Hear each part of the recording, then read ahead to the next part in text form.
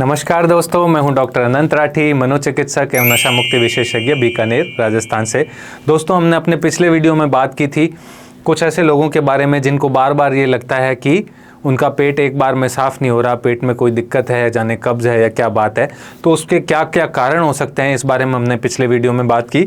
इस वीडियो में हम बात करेंगे कि अगर किसी व्यक्ति के साथ ऐसा होता है कि उसे लगता है कि पेट एक बार में साफ़ नहीं हो रहा, तो उसे क्या करना चाहिए। जी हाँ दोस्तों, किसी भी व्यक्ति को अगर लगता है कि उसे कब्ज़ है, पेट साफ़ नहीं हो रहा, तो सबसे पहले तो कुछ कारणों को, कब्ज़ के कारणों को ढूंढने की कोशिश करनी चाहिए कि हमारा फूड हम कैसा खा रहे हैं, हमारी लाइफस्टाइल कैसी है, हम दिन में घूमते फिरते भागते दौड़ते हैं या नहीं, एक्सरसाइज करते हैं या नहीं, क्या हम कोई मेडिसिन ले रहे हैं जिसका पॉसिबल साइड इफ़ेक्ट हो कि उससे कब्ज़ होती हो। तो इन सब चीज़ों को हमें घर बैठे ही देख लेना चाहिए। इसके बाद भी अगर कोई समस्या रहती है इन चीज़ों को सुधारने के बाद भी, तो हमें डॉक्टर से मिलना चाहिए। पेट के डॉक्टर जो होते हैं, गैस्ट्रोएंटरोलॉजिस्ट होते हैं, वो आपका पेट जो है एग्जामिन करते हैं, साथ में कोई और लक्षण है तो उसके बारे में ध्यान करके और कुछ संबंधित जांचें लिखते हैं। अगर उन जांचों में कोई भी गड़बड़ आती है तो उन्हीं डॉक्टर से उस प्रॉब्लम का इलाज लीजिए। ठीक है। बहुत सी पेट की दवाइयाँ पेट साफ़ करने की आती हैं, जैसे कि बल्क फॉर्मिंग एजेंट्स होते हैं जो हमारे घर में भी आराम से मिल जाते हैं, जिसे हम ईसबगोल कहते हैं। पुराने काफ़ी समय से घर पे ही लोग बाग इसका यूज़ करते हैं। ईसबगोल जो है बल्क फॉर्मिंग एजेंट होता है। इसके अलावा कुछ लैक्सेटिव्स होते हैं, जैसे लैक्टिटॉल वगैरह होता है, ये आपके पेट में जो है कब्ज़ को दूर करते हैं। इसके अलावा कुछ मोटिलिटी बढ़ाने की दवाई होती है। कुछ लोगों को ये बीमारी होती है, स्पेशली डायबिटिक्स को, जिनके की पेट की मोटिलिटी, मूवमेंट जो है वो कम हो जाती है। उस वजह से खाना जो है वो नीचे तक पूरा समय पर नहीं पहुंच पाता, इस वजह से उनको कब्ज़ रहती है। तो कुछ मोटिलिटी बढ़ाने की दवाइयाँ भी आती है। तो ये सब दवाइयाँ जिस तरह की आपकी पेट में दिक्कत है उस तरह के हिसाब से आपका पेट का डॉक्टर आपको लिख करके देता है। एक जो हमने पिछले वीडियो में बात करी थी, वो करी थी वृद्धावस्था में। अगर किसी को बार बार लगे कि मेरे को टॉयलेट आ रहा है पर जाने पर कुछ भी आता नहीं है, तो ऐसी सिचुएशन जब हो, तो मैंने बताया था कि उसकी पेल्विक फ्लोर मसल्स जो है उसकी टोन कम हो जाती है। तो उसके लिए हमें क्या है, पेल्विक फ्लोर मसल की एक्सरसाइज करनी पड़ती है। उसे कीगल एक्सरसाइज जैसी एक्सरसाइज होती है। ठीक है। इसमें क्या, पेल्विक फ्लोर की मसल्स की टोन को वापस बढ़ाया जाता है। इसमें क्या करना है दोस्तों, उनको बताना है, जो भी हमारे ग्रैंड पेरेंट्स हैं या पेरेंट्स हैं जो वृद्धावस्था में हैं, उन्हें ये बताना है कि आपको जो गुदा द्वार है उसको ऊपर की तरफ खींचना है, जैसे उन्हें वास्तव में टॉयलेट आ रही हो और वो उसको कहीं जगह नहीं मिल रही और वो उसको रोकने की कोशिश कर रहे हैं। इस तरह से जो है एनस है उसको एकदम क्लोज करके और ऊपर की तरफ खींचना है। तो ये जैसे ही ऊपर की तरफ खींचेंगे तो पेल्विक फ्लोर की मसल्स जो है वो ऊपर की तरफ होंगी और जो उनके रेक्टम पे नीचे की तरफ जो भार लग रहा होता है वो लगना बंद हो जाएगा। कुछ समय इस एक्सरसाइज को बार बार दोहराते रहने पर उनकी ये प्रॉब्लम सॉल्व होने लगती है।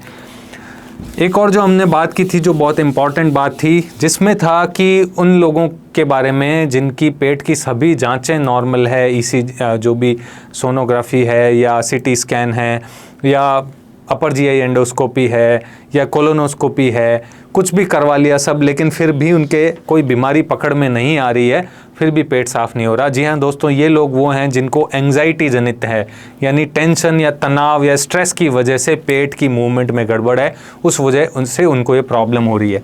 ऐसा एक रोग होता है जिसको दोस्तों IBS कहते हैं, जिसमें पेट जो है वो बहुत ज़्यादा सेंसिटिव होता है इनका। जैसे ही थोड़ा सा स्ट्रेस या तनाव होता है, जो स्ट्रेस से रिलेटेड जो भी न्यूरोट्रांसमीटर्स ब्रेन के अंदर बनते हैं, वो न्यूरोट्रांसमीटर इनके पेट पे भी एक्ट करने लगते हैं और पेट की मूवमेंट को पूरी तरह से डिस्टर्ब कर देते हैं।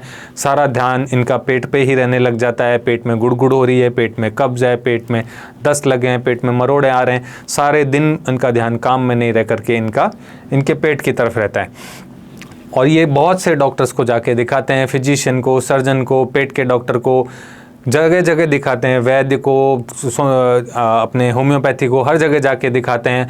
कई तरह की दवाइयाँ लेते हैं, घरेलू दवाइयाँ लेते हैं, इंग्लिश दवाइयाँ लेते हैं, फिर भी इनको स्थायी और पूरा आराम नहीं मिलता। आराम आएगा भी कैसे दोस्तों, क्योंकि इस बीमारी का कारण जो है वो पेट के अंदर नहीं हो करके, बल्कि उनके दिमाग में जो स्ट्रेस है, जो तनाव है, जो टेंशन है, जो चिंता है, उस वजह से हो रहा है। तो जब तक इस चिंता को मिटाने की दवाई नहीं दी जाएगी दोस्तों, तब तक इस प्रॉब्लम में कोई स्थायी आराम या कोई कंप्लीट आराम नहीं प्राप्त होगा।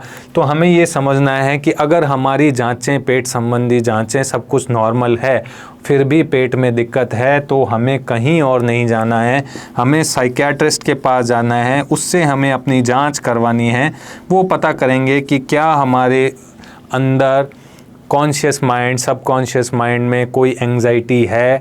उस एंग्जाइटी को पता लगा करके फिर एंग्जाइटी कम करने की मेडिसिन देंगे, या वो आपको काउंसलिंग में एनरोल करेंगे।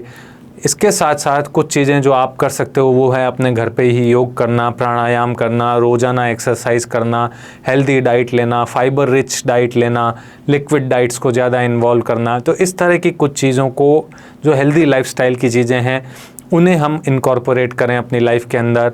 साइकियाट्रिस्ट से मिलें, प्रॉपर उनकी बताई गई दवा को लें, प्रॉपर उनको बताए गए समय उनको वापस फॉलोअप पे जाएं, और विशेष ध्यान रखें। सबसे जो इम्पॉर्टेंट बात है वो ये कि हमेशा अपने काम में व्यस्त रहें, अपने आप को बिल्कुल भी खाली नहीं छोड़ें।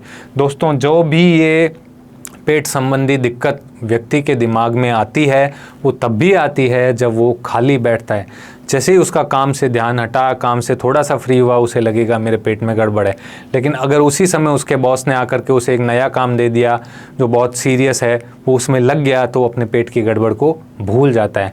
जी हाँ दोस्तों, यही चीज़ है। अगर हम इसे रोकना चाहते हैं तो हमें अपना ध्यान किसी काम में लगाना पड़ेगा, तभी हमारा ध्यान इस पेट से और इस पेट की प्रॉब्लम से दूर होगा। आशा करता हूं दोस्तों मेरे द्वारा दी गई जानकारी आपको अच्छी लगी होगी। मेरे इस वीडियो को ज़्यादा से ज़्यादा शेयर कीजिएगा और मेरे चैनल को सब्सक्राइब कीजिएगा। जय हिंद, जय भारत।